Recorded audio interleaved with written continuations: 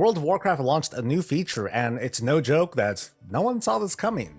And there was a patch too. Hey, it's Soul, this is Warcraft Weekly, and we're gonna kind of get right to it because there's tons of plunder to farm.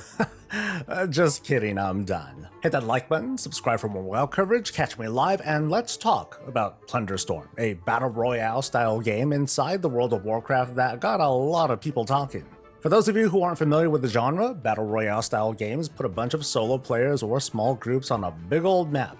Everyone starts off empty-handed and has to find weapons to defend themselves with. The map gets smaller and smaller over time, ensuring relatively short games, and inevitably these players will collide in a fun little meat grinder until only one is left standing. In so few words, WoW's version does pretty much the same thing, with a bunch of twists. We don't use the characters we invested ourselves into. We can make a character of any race that we want for this particular mode. In fact, we don't even log into the regular game. Like other multiplayer games of this type, we get into game from the lobby, and we get dropped into a waiting room to goof around a little bit before we're literally shot out of a cannon and into the game. Winning means glory, a feat of strength and progression to getting some fun, cool stuff. Dying means just dying. You get whatever progression that you did earn, and with just a few clicks, you're back in the lobby ready to join another game alongside the other 59 people who ended up feeding the worms. Tying back to World of Warcraft proper is a renown track. 40 levels of rewards to get cosmetics, toys, even Tender is on the line. To progress through the track, play the game. Defeat NPCs and pick up plunder, which acts as a way to level up your character during these short play sessions and levels your renown permanently. Rewards unlock and are made available on your WoW account. The event will last for a number of weeks, how many exactly we don't know. We're kind of in a foggy area between the 10.2.6 launch, the War Within Alpha, and Season 4 of Dragonflight, but its nature as a limited time event sort of lights a fire under our asses to dedicate at least some time into Plunderstorm if we want to collect those appearances. The response to this whole feature has been, like everything else World of Warcraft, very polarizing. For those who enjoy or are curious about battle royale games, outside of bugs and rebalancing, this has been a hit. People are liking this a lot. I myself, I've been having a good time in my own way, doing minimal PvP, but mostly just figuring out a way to farm plunder most efficiently. I'm like a plunderer of plunder, dropping in to extract as much of the precious as I can before I meet my grisly end, either from rival players or I enter the rapture that's closing in on us. I'm not built like a tank, but I've learned how to dodge and evade attacks, so like a tank I'm mass pulling and AoEing as many enemies as I can before I go down. And now that I'm done, I can say that at least for myself, this felt like a pretty quick rep run compared to the long slog of the Avowed reputation from Shadowlands, or farming up lost souls in the Maw, or sniffin seeking each week.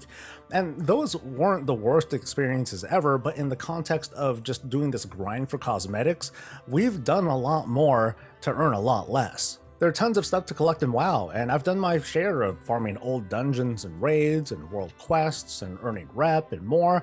This isn't super different, but it is different. It's hard to be mad at the WoW team for taking a page out of one of the most popular genres out there right now and making a version of it in World of Warcraft that, from the looks of it, is pretty accurate and it's doing pretty well. Well enough that it's got Associate Game Director Jeremy Fiesel, who's in charge of live events, to be open to other suggestions bringing different gameplay styles into WoW. And there are more than a few players who definitely want this mode to return or to expand, to be permanent, to offer more. But like I said, this response is polarized and it's easy to see where the line is drawn. And behind that line are players who do not like PvP. None of it. It doesn't matter that we're not using our characters, that class balance or factions are not part of the conversation. It's simply having to take on an enemy that has a mind of its own. And at least from my interactions, just about every enemy out there is a way better player than me. I spent a few hours grinding a day, and in my own way I won, focusing entirely on farming plunder as fast as I can, and when someone shows up, it's kind of a roll of the dice. That's how I adapted as a gamer, but that's just me speaking for me. For others, just hearing the word Battle Royale is like, we're putting duct tape over that Plunderstorm button, like hell no, I ain't touching that. And that's okay, not everyone PvPs, but also not everyone does dungeons, or raids. Some people immediately skip quest texts or cinematics, they buy crafted gear rather than make it themselves, they buy carries to guarantee groups, and as for like covenants and super booms and that just give cosmetics, we're just gonna skip it. Or they only play as one character, they only play one faction, and I can go on to describe the many facets that divide our preferences and our preference knots. The point I'm trying to make is that each of us have our own lists of things that we just don't like in this game, but it doesn't necessarily mean that it is bad for the game. We will always get a similar level of response whenever WoW takes a risk and tries something new. You want to guess how it's going to go if they announce, say, player housing? I mean, that was the response with Season of Discovery 2, like, whoa, this ain't Classic Plus, Blizz, but a lot of folks love it, and a lot of folks don't. And I hear you when people say that this is not what we asked for, that, hey, they should have thought up a feature that's more for everyone, and that it sucks putting these cosmetic rewards behind PvP. One line that I heard a few times was something to the effect of that there should be multiple ways to earn these rewards, one way through Plunderstorm and the other through something that is more exclusively PvE. And that last line is a bit unfair though, I think, because I'd like to think that we can all agree that for all the things that we do in this game or whatever game, that there are two takeaways that we get from it: a fun gameplay experience, and a prize to take home. My opinion, but I feel like we sacrifice something if the same cool prize can be earned in multiple ways. It makes both of those ways feel a little bit less special because neither has this cool souvenir to take home that feels unique. I'd like to think that no matter which path we go down, we should get something cool and unique in the end. So I'm very supportive of having like additional cosmetics and cool stuff for Mythic Plus and outdoor content and crafting and other areas of WoW. Another take that I've noticed, and probably my favorite, is the player's acceptance of this risk, of this experiment, even if it's not for them. Like, even if they hate the gameplay, they accept that sometimes the grander health of the game isn't entirely focused on their preferences. And I'm a little surprised at how loud this voice has been, and I'm actually pretty grateful for that. The WoW devs have acknowledged that this is a risky move to make. Dragonflight has been a theme park of theme parks for PvE and outdoor content players, despite, kind of the mixed results. Plunderstorm is one step for a pretty different audience, and it's hardly the kind of fix that regular PvPers are asking for. And was this thing worth keeping under wraps until now? Social media posts from former WoW devs strongly suggest that as a concept, it's been in the works for a while, but more recently it picked up this pirate theme. As a feature, it launched with very few flaws, while tweaks to rewards and balance have been going on over the week and they're likely to still happen. It begs the question though, would it have done any favors for us, the players, to know about this game feature in advance, like a quick trailer showing off the gameplay, even if there's no testing on the PTR? Some would say yes, that we could have known earlier, and well, I kind of have the feeling that it's the people who are not interested in this event so they can just mentally check out right away, and again, that's okay.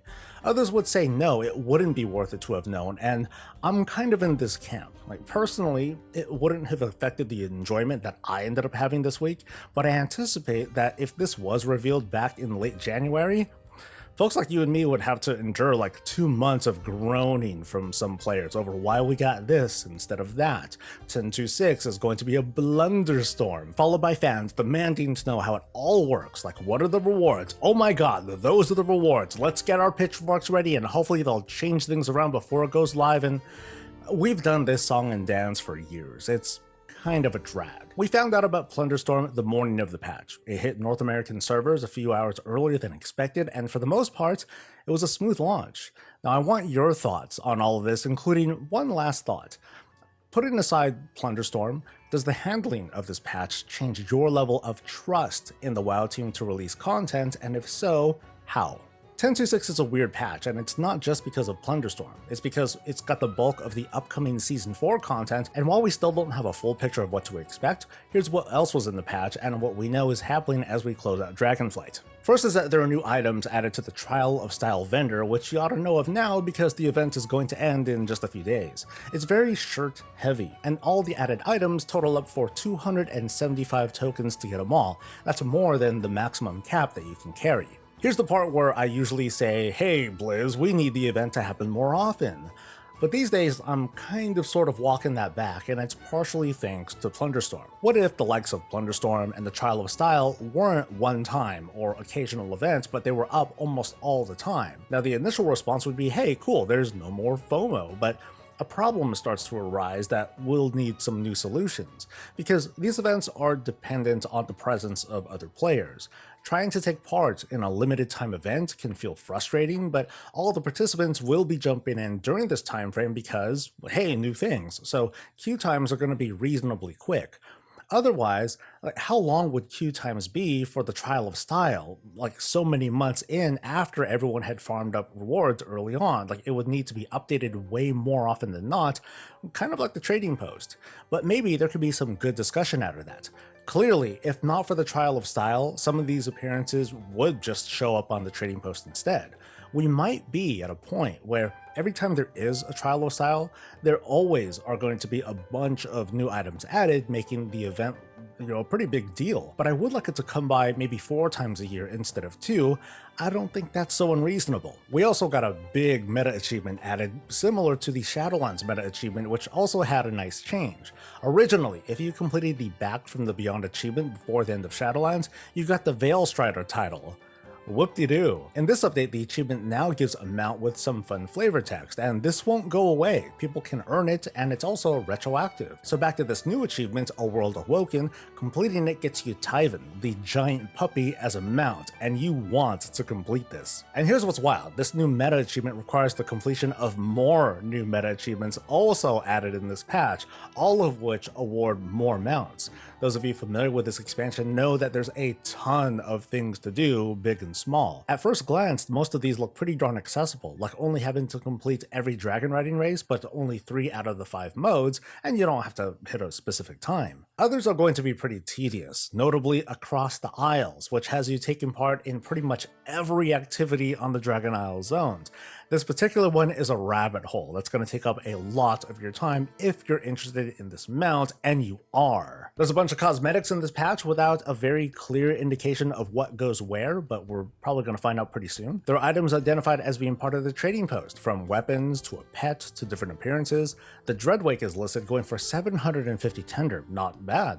The Cliffside Wilderdrick, which is 100% the best dragon riding mount of them all, is getting a special armor appearance for the Midsummer Fire Festival later this year. If it's like the other holiday manuscripts, it's probably going to come as a rare drop from the Frostlord Ahun encounter. Other holidays that don't have encounters like that have sold their manuscripts for a truck full of gold, so cross your fingers one way or another. And here's what we know about Season 4. Some of this we already knew, but we just didn't have evidence, but here's what's happening. The Mythic Plus rotation is what everyone thought it would be, the original 8 Dragonflight dungeons finally all brought together in the same season. According to Wowhead comments though, this is apparently a total surprise and they're shocked and appalled. And here I am thinking, like, didn't we call this like as soon as we saw the first rotation of the Dragonflight dungeons? That they'll probably bring back the OG dungeons in a theoretical Season 4 of Dragonflight, and well, hey, guess what? Here we are. I'm a little bit curious to hear from you folks though, just what it is about the Dragonflight dungeons that you are or were not happy with, and what's your dungeon level? Like, what level do you play at? As for me, I'm actually pretty stoked over being able to get my Forge Storm as a main weapon again. I know, kind of weird, but whatever. Also, data mining has shown some trinket changes, and we can probably expect more as we get close to the season launch. Maybe we can expect more tweaks. We got our first look at Dinar, and unfortunately we can't say very much about exactly how it's going to work. At the moment, the data mining says that there's a total cap and a weekly cap. Now, back in Shadowlands, Dinar capped at 3 for the entire season. I'm going to take a guess that this time with Dragonflight, Dinar is going to have a season cap. Like, the first week it's going to cap at 1, maybe a week or 2 it goes up to 2, and so on and so forth. Because assuming that the Dinar vendor is going to sell weapons and trinkets like before, some classes need more than 3 Dinar across all of their specs. Given Dinar the season treatment would reassure classes that while they'll have to strategize and maybe pick the order of trinkets and weapons they pick up, it's going to be guaranteed over time. For now though, it's just some wishful thinking. Legendaries will also have an opportunity to be updated in Season 4.